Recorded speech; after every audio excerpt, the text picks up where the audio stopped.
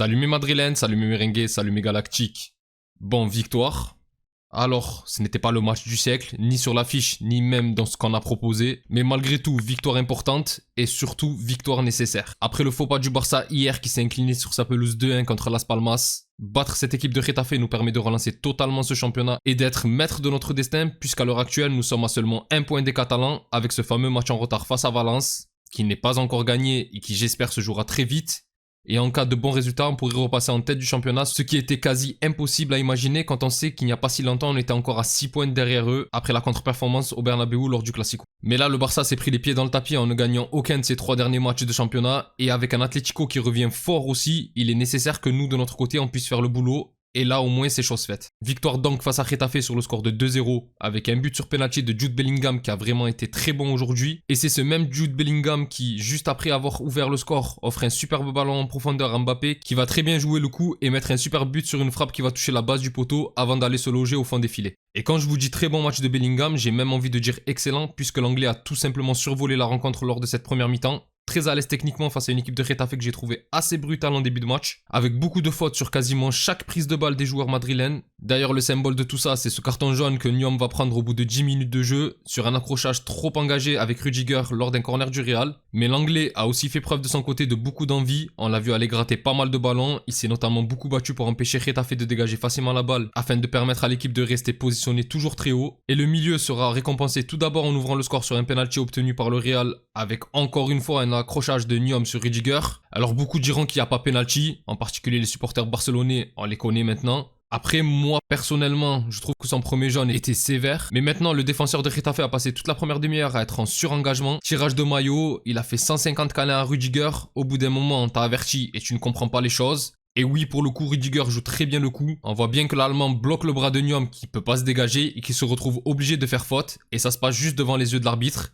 Et la VAR va venir confirmer. Donc c'est bien un penalty sévère, oui, mais il y a bien quelque chose, n'en déplaise aux détracteurs. Et comme je disais, l'Anglais va aussi être passeur décisif pour le second but du Real, puisque sur un contre suite à une superbe passe de Valverde qui arrive à trouver Bellingham dans le cœur du jeu, c'est lui qui va instantanément envoyer à son tour un ballon parfaitement dosé pour Mbappé dans le dos du défenseur, qui va tant bien que mal essayer de bloquer le français en essayant de le retenir par le maillot, sauf qu'il est en position de dernier défenseur, et il ne peut pas se permettre de faute au risque de prendre un rouge, et le français va parfaitement ouvrir son pied afin de mettre la balle hors de portée du gardien, et sur le moment je ne vais pas vous mentir, j'étais en mode il est sérieux et pouvait encore s'avancer, sauf qu'au final son geste est très bien exécuté, et le ballon va taper le poteau et rentrer pour permettre au Real de faire le break, et d'ailleurs en ce qui concerne Mbappé, on va encore en reparler plus tard. Bon, malheureusement, quand je vous dis très bonne mi-temps de Bellingham, c'est parce que le milieu a dû céder sa place à la pause. Apparemment, il aurait été un peu sonné suite à un choc avec le gardien de Getafe. Il avait réussi à tenir jusqu'à la mi-temps, mais après ça, le joueur n'a pas pu reprendre victime de vertige et c'est Arda Güler qui va le remplacer pour la seconde période. Après, dans l'ensemble du match, je trouve que l'équipe a été plutôt en jambes. Getafe a bien poussé en toute fin de rencontre et a même touché les montants par 3 fois, dont 2 sur la même frappe qui tape l'intérieur de la transversale puis l'intérieur du poteau avant de ressortir. Donc bon, ça aurait pu être chaud et ce n'était pas la grande maîtrise, mais dans l'ensemble, ça va. Courtois a été plutôt alerte sur ce qu'il avait à faire, même si à chaque fois qu'il a le ballon dans les pieds, je ne suis pas particulièrement rassuré, je vous avoue. En défense, c'est pareil, Vasquez et Fran Garcia ont très bien tenu leur rôle, avec le jeune latéral gauche qui aurait même pu être buteur. En toute fin de match, après un joli jeu entre Brahim Diaz et Arda Güler qui finissent par décaler le ballon sur Fran Garcia, qui envoie un extérieur du pied qui passe de peu à côté, mais sur l'ensemble du match, je trouve que c'était plus que correct. Dans l'axe, Raúl Asensio est vraiment en train de montrer qu'il va falloir désormais compter sur lui. Il est de plus en plus rassurant et très juste dans ses interventions. Et là, je pense que lorsque Ancelotti va vouloir mettre sa défense en place, même avec le retour de Tchouaméni, ce n'est pas impossible que le jeune continue à avoir quelques minutes de jeu, voire même des matchs complets. Bon, pour Rudiger, en vrai, ça a été pour moi le second homme du match. Pas forcément dans le jeu, mais on va pas se mentir, c'est quand même lui qui a réussi à foutre le why dans la défense de Getafe et qui a obtenu ce penalty. Et pour moi, la roublardise de l'Allemand est à souligner. D'ailleurs, en ce qui concerne Alvaro Rodriguez, l'attaquant du Real qui est en prêt à Getafe, il l'a totalement fait sortir du match à lui aussi. Au milieu, bon, je suis assez content déjà car c'est totalement le milieu que je voulais voir dans ce match. Et même de manière générale, c'est plus ou moins la compo que je voulais voir alignée par Ancelotti. Et j'en avais parlé en avant-match. Il y a juste Rodrigo que je n'imaginais pas forcément être prêt à être titulaire, qui est entré dans le 11 à la place d'Hendrick. Mais pour être honnête, bien sûr que si Rodrigo peut jouer titulaire, tu le mets. Donc bon, au final, c'est totalement logique. Mais bon, ça on y reviendra.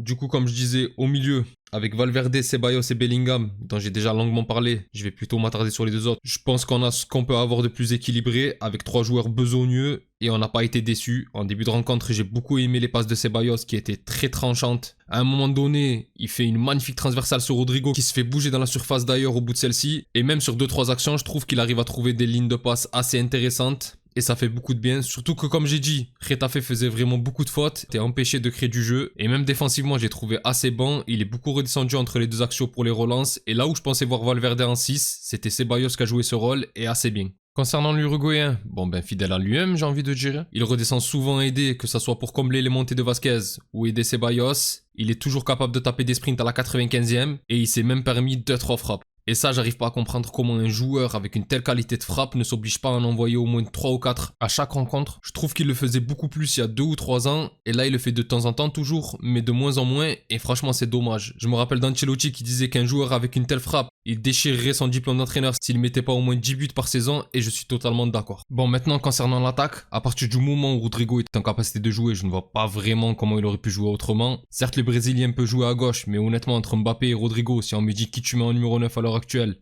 il n'y a même pas de débat, même si au final le Brésilien a été très discret ce soir. Mais bon, il vient de revenir de blessure, directement aligné, on va lui aussi lui laisser le temps de revenir, on sait de quoi il est capable. Et là, Mbappé, comme j'ai dit, il faut qu'il reprenne la confiance, il lui faut son côté, donc c'est totalement normal. Et enfin, concernant le côté droit, moi, Brahim, ça me va très bien. Ça aurait été Güler, j'aurais pas été plus déçu, et au final le Turc va tout de même pouvoir jouer, donc ça va. Et bon, concernant le Marocain, bizarrement, on l'a pas énormément vu en première période. Il y avait beaucoup de mouvements où il est entré dans l'axe pour laisser Rodrigo sur son couloir. Et je trouve qu'on a plus vu Brahim intéressant en seconde période, où on l'a vu pas mal de fois combiné, que ce soit avec Arda Güler, mais surtout Kylian Mbappé, avec plusieurs passes où le Marocain a beaucoup cherché le Français. Et notamment, il y a une action avec un 1-2 où le Français envoie une petite louche pour Brahim, qui rate l'occasion en voulant lober le gardien. Mais je trouve vraiment qu'elle a été meilleure en seconde période. Bon, concernant Rodrigo, pas grand chose à dire.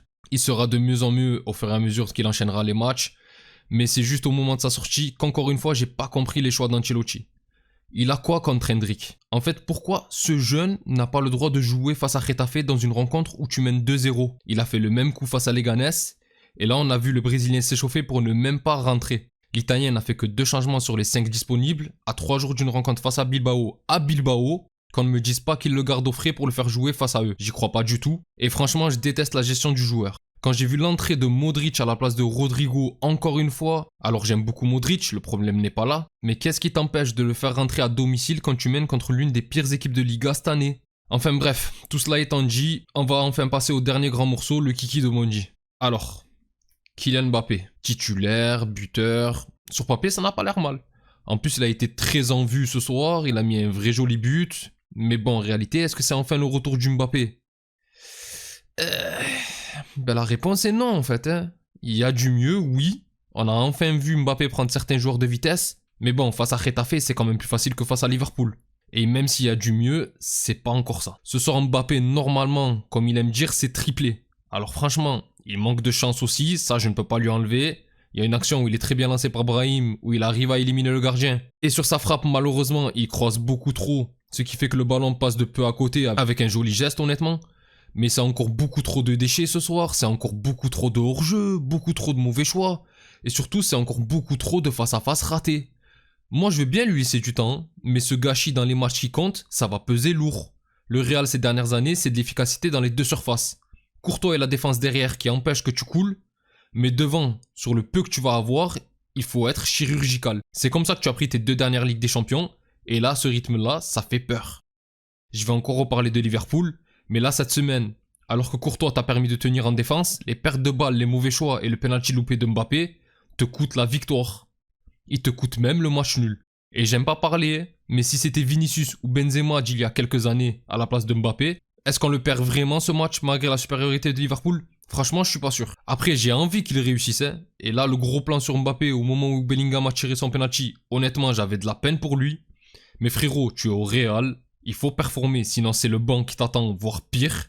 Du coup, oui, c'est bien, il a mis un joli but, et il y a un peu de mieux, mais il va falloir progresser encore. Enfin bref, mes galactiques, c'est tout pour moi concernant ce débrief. Dites-moi ce que vous avez pensé du match. Si la vidéo vous a plu, n'hésitez pas à liker et à vous abonner, c'est un soutien important pour la chaîne. Et je remercie beaucoup tous ceux qui prennent le temps pour le faire. Pour les autres, je vous donne rendez-vous pour l'avant-match face à Bilbao. D'ici là, je vous souhaite une excellente journée ou soirée selon l'heure à laquelle vous regardez la vidéo. Prenez tout soin de vous et encore et toujours, hasta le final, vamos Real. Salut!